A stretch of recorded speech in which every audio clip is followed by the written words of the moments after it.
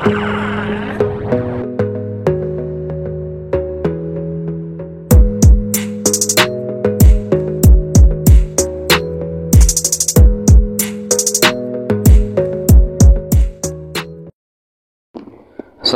warahmatullahi wabarakatuh. Innal hamdalillah wa syukralillah wassalatu wassalamu ala Rasulillah sayyidina wa maulana Muhammad ibn Abdullah wa ala alihi wa ashabihi wa man walah. Wala haula wala quwwata illa billah. Wa qala ta'ala a'udzu billahi minasyaitonir rajim. Bismillahirrahmanirrahim. Ala inna awliya Allahi la khaufun 'alaihim wa lahum yahzanun. Al-ayah. Sadaqallahul azim. Amma ba'd, kembali lagi bersama Kimil Sarungan Official. Kali ini saya mau membahas tentang Mbah Baihaqi Hasbullah yang ada di Kebumen Pekeongan ya. Mungkin dari kalian para viewers yang dari Kebumen mungkin tahu siapa beliau. Mungkin ada yang nggak tahu ya, saya lebih jelaskan lagi. Tetapi di sini cuma sebatas sepengetahuan saya juga, karena saya umurnya dulu juga tidak menangi ya.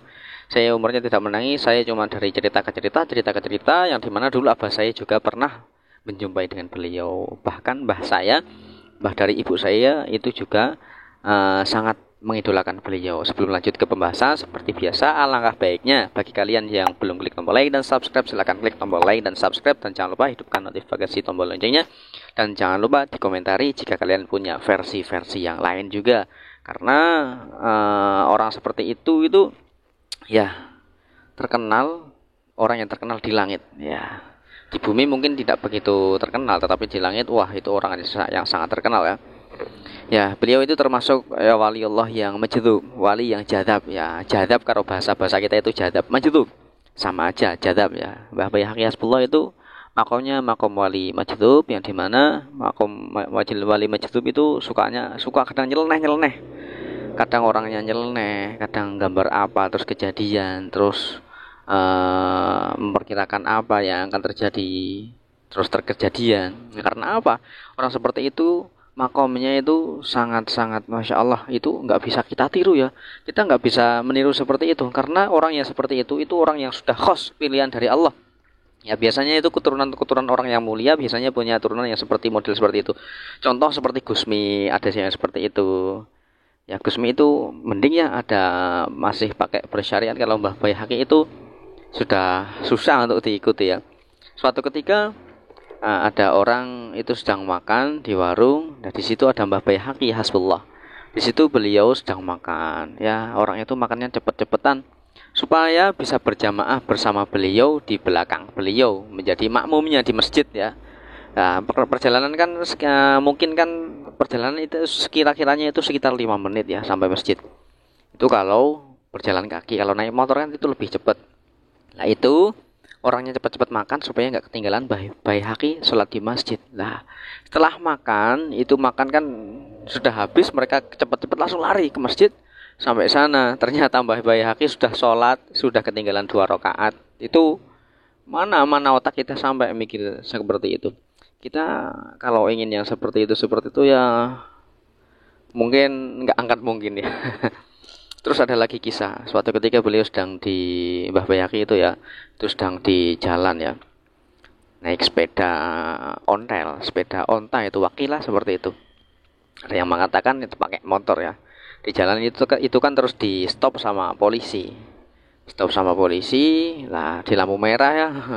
Ternyata Mbah Baihaqi tiba-tiba pergi gitu aja.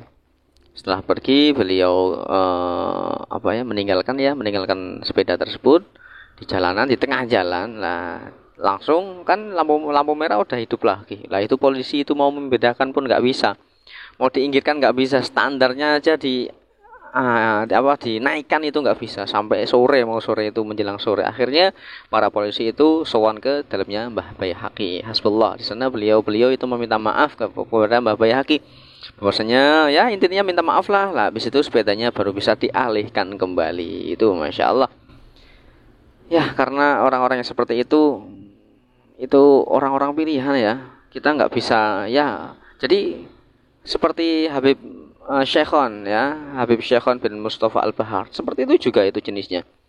Tapi kan bedanya kalau itu kan kesensor di YouTube, jadi banyak sekali orang yang tahu. Kalau Mbah Baihaqi ini masih jarang yang tahu ya. Ya jadi rata-rata orang yang paham kisah seperti ini ya hanya orang-orang yang dulu pernah mondok di Kebumen atau orang yang hidup di Kebumen dan atau orang perantauan yang ada di Kebumen mungkin agak-agak eh, cerita seperti ini agak agak paham lah, agak tahu siapa sih orangnya, orang mana lah. Beliau itu adalah orang Pekeongan ya. Beliau itu merupakan adik dari Mbah Kiai Dairobi. Nah, di sini ada kisah yang menarik ya. Mbah Dairobi itu orangnya syariat. Kalau yang Mbah Baihaqi itu kelasnya kelas hakikat. Berbeda ya. Karena orang yang jenis seperti siapa itu tadi? Kakaknya Mbah Baihaqi itu Mbah Dairobi itu alim akan ilmu fikihnya ya, terus ilmu dan sebagainya, tetapi tentang soal hati yang paling dalam itu Mbah Baihaqi Hasbullah ya betul. Nah, seperti itu ya. Jadi suatu ketika itu Mbah Dairobi itu sedang mau sholat lah ya, sedang mau sholat itu Mbah Baihaqi tiba-tiba itu temboknya pengimamannya digambari wanita tidak pakai baju sama sekali. Walah kan celeneh ya. Para santrinya Mbah Dairobi dan Mbah Dairobinya pun nggak berani ngomongin ya. Karena apa? Karena mereka sudah tahu bahwasanya Mbah Baihaqi itu mempunyai makom yang tidak bisa dilawan seperti itu. Nah, singkat cerita, sholat aja udah. Ternyata setelah diselidiki kenapa kok Mbah Baihaqi nulis seperti itu? Karena itu Mbah Dairobi itu pengen menikah lagi. Nah, jadinya sholatnya itu nggak khusyuk, malah ditambah digambari seperti itu sekalian. Nah, seperti itulah. Jadi banyak yang menyangka, oh, orang gila kok jadi kiblat. Ya, itu bukan kiblat ya. Saya tekankan kembali. Orang yang majdzub, orang yang sudah majdzub itu kita nggak bisa mengikuti 100%. Kita hanya bisa ta'ziman wa tahriman. Kita hanya bisa ngalap berkahnya, tetapi kita tidak bisa untuk mengambil ilmunya. Kalau mengambil ibarah, mengambil kisahnya, boleh-boleh saja. Tetapi kalau kita mengambil hukum syariat dari beliau-beliau itu, nah, kita seharusnya harus punya pondasi dulu. Karena orang yang seperti itu orang yang mabuk akan cinta dengan Allah. Cintanya sampai meluap-luap sampai akhirnya itu seperti orang gila. Itu jadi apa yang ia katakan itu adalah apa yang Allah katakan kepada orang yang tersebut. Kita sama Allah berusaha mencintai, berusaha nangis pun susah. Nah, kita berusaha nangis karena dosa kita susah. Nah, juga kita bukan orang pilihan. Kalau orang yang pilihan seperti orang yang seperti Mbah Baihaqi, seperti Habib Syekhon bin Mustafa Al-Bahar, terus ada lagi Mbah Fanani itu yang ada di Wonosobo Dieng. Itu malah kisahnya itu unik-unik. Jadi ada Mbah Kiai Hamid Pasuruan itu bukan majdzub ya, itu wali sufi lah. Jadi keterangannya itu berbeda antara wali sufi dan wali majdzub. Kalau wali majdzub itu bahkan ada yang tidak sholat juga. Kalau wali sufi itu orangnya orang ahli ibadah, ahli syariat, terus sholatnya hebat, sering puasa dan sering tirakat. Kalau wali yang majdzub itu kadang malah tidak puasa Ramadan, terus tidak sholat 5 waktu, tidak Jumatan, itu gimana ya? Ya itu karena orangnya seperti itu berbeda. Orangnya seperti itu persis orang yang majdzub, maksudnya saya orang yang majdzub itu sama seperti halnya orang yang majnun. Nah bedanya kalau yang majnun itu karena duniawi, kalau yang majdzub itu karena Allah. Orang stres karena Allah itu yang dinamakan majdzub, itulah secara bahasa kasarnya seperti itu. Jadi cintanya itu saking meluap-luapnya sampai dia itu nggak ngerasa bahwa dirinya itu manusia. Apapun yang pokoknya ya contoh yang enak seperti kisahnya Habibie Ainun itu ya. Melihat buku terbayang-bayang wajahnya, melihat kamar mandi terbayang-bayang wajahnya, melihat HP terbayang-bayang wajahnya. Pokoknya melihat apapun itu terbayang-bayang wajahnya. Bahkan mimpi pun bermimpi melihat wajahnya. Nah, itu gambarannya seperti orang yang majdzub, ya, orang yang seperti Mbah Baihaqi. Jadi saking cintanya kepada Allah sampai kita nggak boleh ya. Jadi orang yang seperti itu kok nggak sholat, kita mau ngelarang juga nggak bisa, karena mungkin orang yang seperti itu sholatnya itu di tempat lain. Karena orang itu bisa kadang ada wali yang menjadi dua, yang satunya itu sedang sholat Jumat, sedang menjadi imam, yang satunya sedang tarung jago. Itu karena aneh ya. Dulu di Purworejo juga ada seperti itu. Itu orangnya kan di dalamnya itu keluarganya bahkan nggak tahu ya, keluarganya itu setaunya itu Habib itu namanya Wan siapa itu saya lupa, di Purworejo situ kan kayaknya itu sedang sakit kok nggak pernah kemana-mana, nggak bisa apa-apa. Ternyata setelah beliau meninggal dapat kabar dari Kalimantan bahwasanya di situ beliau itu sudah baru saja menyelesaikan membangun pondok. Oh, gimana ceritanya? Di sini lumpuh, di sana membangun pondok. Lah, itu saya seperti Mbah Bayaku juga seperti itu. Yang satunya sedang makan, satunya sedang ngimami di masjid. Mana bisa otak kita menjangkau seperti itu? Itulah yang dinamakan majdzub. Kalau ada orang-orang yang ngaku majdzub, nah, saya adalah jadab. Nah, itu hati-hati karena sekarang zamannya banyak orang yang mengaku-ngaku hal seperti demikian. Padahal majdzub itu gila artinya. Ya, arti dari bahasa kasarnya itu ya, majdzub itu gila karena Allah. Sedangkan orang yang masih bisa mengaku dirinya jadab itu berarti dirinya itu belum gila karena Allah, tapi gila ingin dipuja-puji manusia yang lain. Wali sufi itu terkadang juga ada kontroversinya, apalagi wali yang majdzub itu kontroversinya lebih kebangetan ya. Suatu ketika kan Mbah Baihaqi itu mendatangi pondok yang dimana pondok itu antara sini dan sini nggak akur, itu pondoknya jejeran, tetapi saya tidak akan menyebutkan pondoknya itu di mana.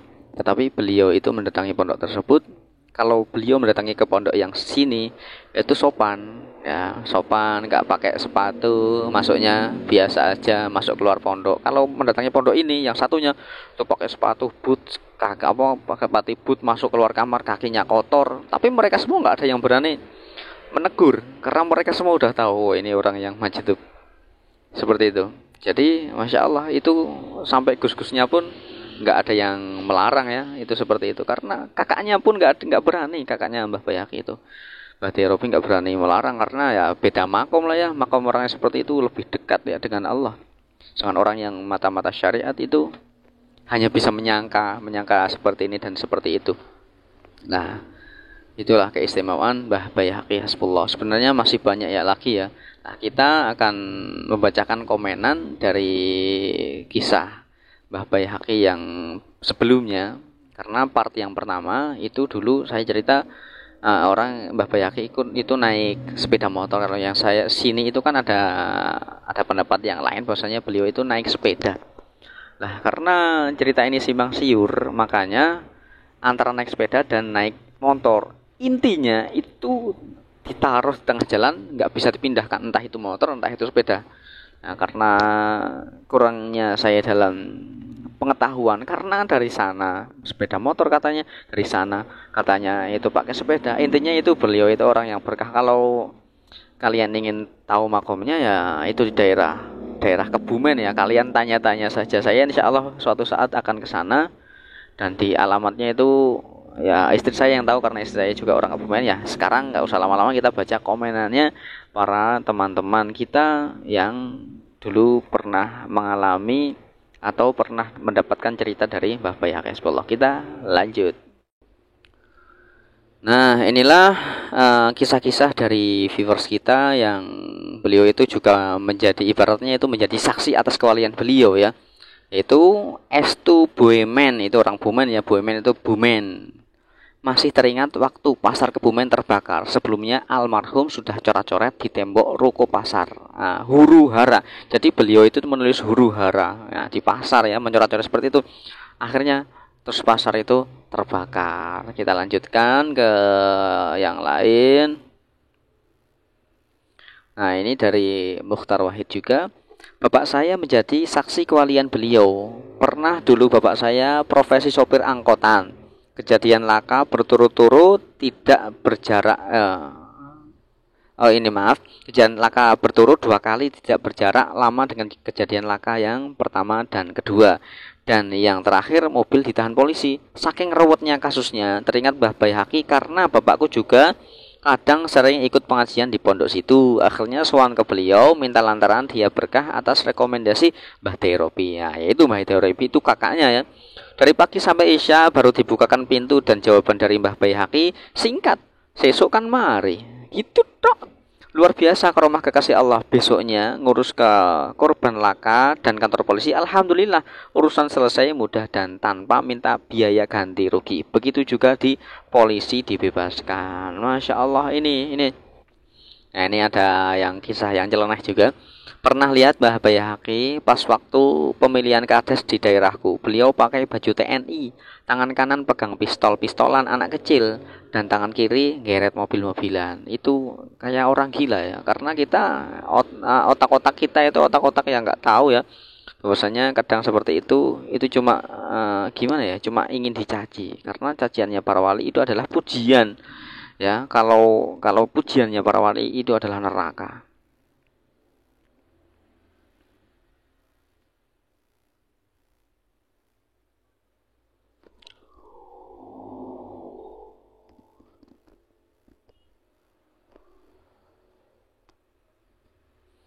Ini Masjid Gus, wong sudah kondur setahunan masih ngimami di Pangandaran. Ini juga saksi juga karena beliau sudah meninggal ya, sudah setahunan masih ngimami di Pangandaran. Itu karena orang seperti Mbah Bayhaqi walinya Allah itu walaupun beliau itu semua sudah meninggal, itu hanya Allah saja yang tahu makom-makomnya.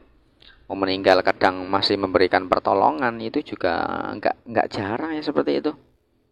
Ini ada cerita lagi, ceritanya Mbah Bayhaqi aku wis krungu suwe mligine tes tangga-tanggaku lan dulurku sing biyen tau mondok ning Al Kafi Sumalangu asuhane Gus Afif. Merga nek acara ning Sumalangu hal utawa maulud sering rawuh pas biyen tau ngundang Gus Maksum Lirboyo uga rawuh. Piyambakipun nganggo baret kaya pramuka. Gus Maksum Lirboyo mungkin wis pirsa. Jadi Gus Maksum pun memaklumi. Tahu mbiyen pas acara haul Sumalangu tanggaku melu dodol nang acara haul. Lah Bayhaqi miyos itu keluar ya. Terus njaluk barang umpamane rokok terus diparingi ora suwe terus dagangane laris entek. Kakang sepupuku juga cerita mbiyen pas acara nang Al Kafi Sumalangu rawuh terus Gus Afif pengasuh pesantrene ndawi santri kon nganturi Mbah Bayhaqi dahar. Jarine kakangku gele dahar ora kayak kita. Kabeh menu cicipi ditipi sithik-sithik ya. Jadi orang kaya awake dhewek madang nganggo piring, sendok, kue beberapa ceritane kaitane almarhum Mbah Bayhaqi. Rayine Mbah Terobi Pekeongan. Jadi beliau itu ya kalian tahu nggak itu Gus Maksum itu siapa? Gus Maksum Lirboyo itu juga orang yang mempunyai tingkat keilmuan yang tinggi ya. Jadi beliau melihat Mbah Bayhaqi itu sudah paham kalau beliau itu memakai baret itu kenapa ya. Maka orang-orang pedagang itu di daerah sana itu lebih seneng kalau Mbah Bayhaqi itu minta barangnya itu entah berupa rokok atau berupa apalah itu, karena sudah menjadi rahasia umum bagi para pedagang jika Mbah Bayhaqi itu meminta barang dari situ itu nantinya jadi laris manis seperti tadi ini kisah yang sudah saya bacakan itu.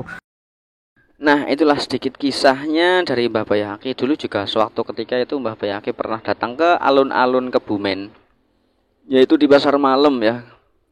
Saat itu di pasar malam sampai sana itu di stop sama penjaga alun-alunnya, sama penjaganya. Karena apa? Karena beliau itu penampilannya seperti orang gila, yang dimana itu cuma sarungan ya itu ya sebawah dengkul pas. Terus pakai jaket yang banyak pangkatnya itu kayak tentara itu kayak apa ya, ya seperti itulah. Terus bajunya seperti ya peci bundar itu. Beliau diusir. Nah, habis diusir itu akhirnya dia selama waktu Mbah Bayhaqi pergi hujan deras sampai mau menjelang pagi dan akhirnya pasar malamnya itu nggak laku di malam itu juga. Nah itu karena dulu juga Mbah Fanani pernah ya dilempari sama botol minuman yang sudah tidak pakai orang yang lemparin botol seperti itu akhirnya kecelakaan, mobilnya kecelakaan.